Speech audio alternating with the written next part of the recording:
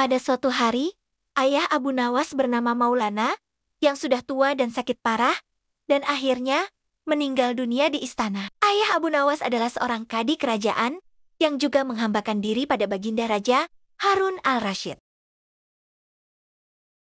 Abu Nawas dipanggil ke istana, lah diperintah baginda untuk mengubur jenazah ayahnya itu, sebagaimana adat Syekh Maulana. Apa yang dilakukan Abu Nawas hampir tiada bedanya dengan kadi. Maulana baik mengenai tata cara memandikan jenazah hingga mengkafani, menyalati dan mendoakannya. Melihat itu, maka baginda pun bermaksud mengangkat Abu Nawas menjadi pengganti ayahnya sebagai kadi kerajaan. Kabar tentang akan dipilihnya sebagai kadi menggantikan ayahnya pun sampai ke telinga Abu Nawas. Setibanya di rumah, setelah selesai dari upacara pemakaman ayahnya, Abu Nawas pun tiba-tiba mulai bertingkah aneh. Tidak seperti biasanya. Abu Nawas mengambil sepotong batang pisang Dan mulai menunggangi pohon tersebut layaknya kuda sambil berlari-lari. Berteriak-teriak. Melihat tingkah aneh Abu Nawas, orang-orang pun merasa sangat heran. Dan banyak di antara mereka menyangka jika Abu Nawas sudah gila. Pada hari berikutnya, Abu Nawas mengajak anak-anak kecil beramai-ramai menuju makam ayahnya dengan membawa segala macam alat-alat permainan. Sesampai di makam tersebut, ia kemudian mengajak anak-anak bermain rebana dan bersukacita di atas kuburan ayahnya. Semua orang pun semakin heran atas kelakuan Abu Nawas itu. Mereka menganggap jika Abu Nawas sudah benar-benar menjadi gila karena kematian ayahnya. Pada suatu hari, ada beberapa orang utusan dari baginda Harun al-Rashid datang menemui Abu Nawas. Alangkah terkejutnya mereka melihat tingkah Abu Nawas yang sudah berubah. Salah satu dari mereka pun berkata menyampaikan perintah baginda. "Hai Abu Nawas, kami diutus untuk membawamu untuk menghadap ke istana." Kata utusan baginda, "Buat apa baginda memanggilku? Aku tidak ada keperluan dengannya." Jawab Abu Nawas dengan enteng. "Hai Abu Nawas, kau tidak boleh berkata seperti itu kepada rajamu," kata utusan. "Hai Tuan utusan, kau jangan banyak cakap, cepat ambil ini, kudaku ini, dan mandikan di sungai supaya bersih dan segar," kata Abu Nawas sambil menyodorkan sebatang pohon pisang yang dijadikan kuda-kudaan. Para utusan hanya geleng-geleng kepala melihat kelakuan aneh Abu Nawas. "Abu Nawas, kau mau apa tidak menghadap baginda?" kata utusan. "Katakan kepada rajamu, aku sudah tahu, maka aku tidak mau," kata Abu Nawas.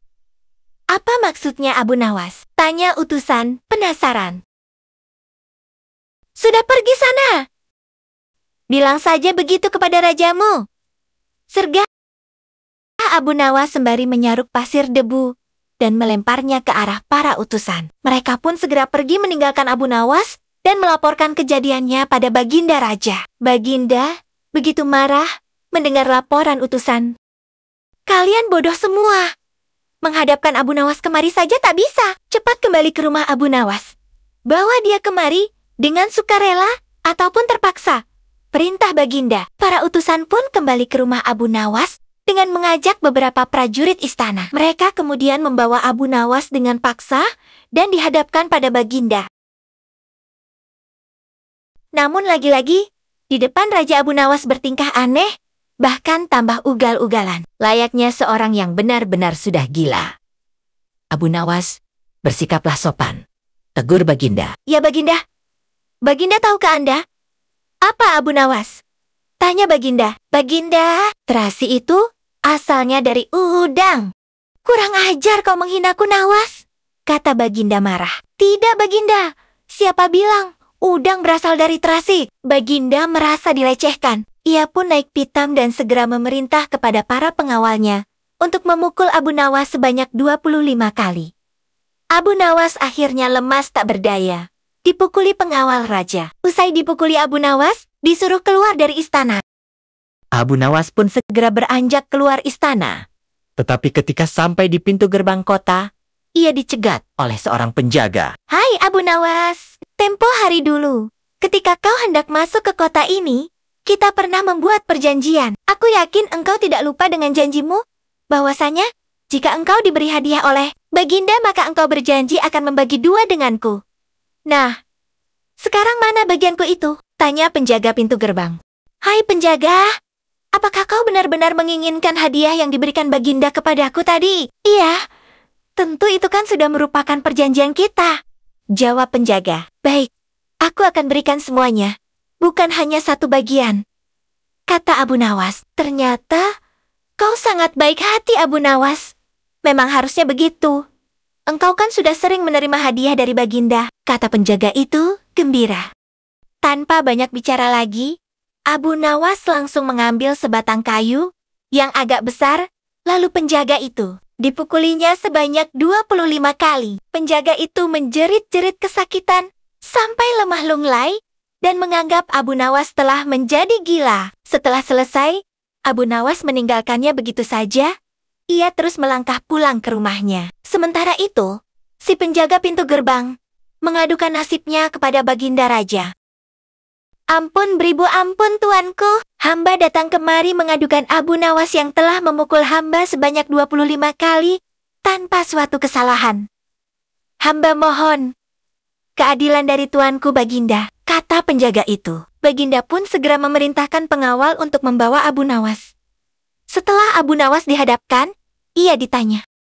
Hai Abu Nawas, benarkah kau telah memukuli penjaga gerbang kota ini sebanyak 25 kali pukulan? Tanya Baginda. Dalam keadaan masih berpura-pura gila, Abu Nawas menjawab, Baginda, hamba melakukannya karena sudah sepatutnya dia menerima pukulan itu. Apa maksudmu? Coba engkau jelaskan. Sebab musababnya kau memukuli orang itu. Tanya Baginda. Hamba dan penjaga pintu gerbang ini telah membuat perjanjian bahwa jika hamba diberi hadiah oleh Baginda, maka hadiah tersebut akan dibagi dua. Satu bagian untuknya, satu bagian untuk hamba. Nah, pagi tadi hamba menerima hadiah 25 kali pukulan, maka hamba berikan pula hadiah 25 kali pukulan kepadanya. Jawab Abu Nawas sambil tertawa-tawa bak orang gila. Hai penjaga pintu gerbang, benarkah engkau telah mengadakan perjanjian seperti itu dengan Abu Nawas? Tanya Baginda. Benar tuanku, jawab penunggu pintu gerbang. Tapi hamba tiada mengira jika Baginda memberikan hadiah pukulan padanya, tambah penjaga itu. Hahaha, dasar tukang peras, sekarang kena batunya kau, sahut Baginda. Abu Nawas tiada bersalah. Bahkan sekarang aku tahu bahwa engkau adalah orang yang suka memeras orang. Jika perilakumu masih begitu, maka aku akan memecat dan menghukummu, kata Baginda. Ampun tuanku, sahut penjaga pintu gerbang dengan gemetar. Abu Nawas kemudian berkata, Tuanku, hamba sudah lelah, sudah mau istirahat. Tiba-tiba dibawa paksa ke sini. Padahal hamba tiada bersalah. Hamba mohon ganti rugi. Sebab jatah waktu istirahat hamba sudah hilang karena panggilan Baginda. Padahal besok hamba harus mencari nafkah. Sejenak Baginda melengak, terkejut atas protes Abu Nawas. Namun tiba-tiba ia tertawa terbahak-bahak. Hahaha. Jangan khawatir Abu Nawas, kata Baginda. Baginda kemudian memberikan sekantong dinar kepada Abu Nawas. Abu Nawas pun pulang dengan hati gembira, tapi tetap bertingkah seperti orang gila. Apa pendapat kalian mengenai Abu Nawas yang hendak? Pada suatu hari, Raja Harun al-Rashid mengadakan rapat dengan para menterinya mengenai Abu Nawas yang rencananya akan diangkat menjadi kadi kerajaan. Apa pendapat kalian mengenai Abu Nawas yang hendak kuangkat sebagai kadi? Tanya Baginda. Salah satu menteri berkata, melihat keadaan Abu Nawas yang semakin aneh tingkahnya, maka sebaiknya tuanku mengangkat orang lain saja menjadi kadi. Berkata menteri lain, Tuanku, Abu Nawas telah menjadi gila. Karena itu, dia tak layak menjadi kadi. Semua menteri memberikan pendapat yang sama. Baiklah, kita tunggu dulu sampai 21 lagi. Karena sekarang, bapaknya baru saja meninggal dunia. Jika selama 21 hari lagi tidak sembuh, sembuh juga. barulah kita akan memilih orang lain saja, kata Baginda.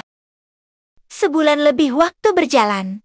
Namun Abu Nawas masih bertingkah gila. Maka Baginda pun mengangkat orang lain menjadi kadi kerajaan. Konon kadi yang dipilih seseorang bernama Polan tidak lain memang merupakan orang yang sangat berambisi untuk menjadi kadi. Karena Abu Nawas tidak jadi diangkat, si Polan pun mempengaruhi orang-orang di sekitar Baginda untuk memilih dan mengangkatnya menjadi kadi. Mengapa Abu Nawas bersikap seperti orang gila? Ceritanya pada suatu hari, ketika ayahnya Abu Nawas yang sudah tua dan mulai sakit parah, Abu Nawas dipanggil untuk menemui ayahnya tersebut karena ayahnya ingin menyampaikan beberapa pesan padanya sebelum meninggal dunia. Berkata ayahnya, "Hai anakku, aku sudah hampir mati. Sekarang, cobalah engkau cium telinga kanan dan telinga kiriku ini." Abu Nawas segera menuruti permintaan ayahnya. Ia mencium telinga kanan bapaknya, ternyata mengeluarkan bau harum, sedangkan yang sebelah kiri mengeluarkan bau busuk. "Bagaimana anakku? Sudah kau cium?" "Ceritakan dengan sejujurnya. Bau kedua telingaku ini," kata ayahnya. "Sungguh mengherankan. Yang sebelah kanan berbau harum sekali. Tapi yang sebelah kiri, baunya amat busuk," kata Abu Nawas heran. "Hai anakku Abu Nawas, tahukah apa sebabnya bisa terjadi begini?" tanya ayahnya. "Wahai bapakku, cobalah ceritakan kepadaku," kata Abu Nawas. Ayahnya kemudian berkata, "Pada suatu hari, datang dua orang mengadukan masalahnya kepadaku. Yang seorang, aku dengarkan keluhannya. Tapi yang seorang lagi karena aku tidak suka, maka tidak kudengar pengaduannya. Inilah resiko menjadi kadi. Jika kelak kau suka menjadi kadi, maka kau akan mengalami hal yang sama. Namun jika kau tidak suka menjadi kadi, maka buatlah alasan yang masuk akal agar engkau tidak dipilih sebagai kadi oleh Baginda Harun al-Rashid. Tapi tak bisa tidak. Baginda pastilah akan tetap memilihmu sebagai kadi," jelas ayah Abu Nawas. Dari pesan ayahnya itulah, Abu Nawas sudah mempersiapkan rencana yang matang. Jika nanti ayahnya telah tiada, hanya untuk menghindarkan diri agar tidak diangkat menjadi kadi. Seorang kadi atau penghulu pada masa itu, kedudukannya seperti hakim yang memutus suatu perkara. Walaupun Abu Nawas tidak menjadi kadi, namun dia sering diajak konsultasi oleh Baginda Raja untuk memutus suatu perkara. Bahkan ia kerap kali dipaksa datang ke istana hanya sekedar untuk menjawab pertanyaan Baginda Raja yang aneh-aneh dan tidak masuk akal.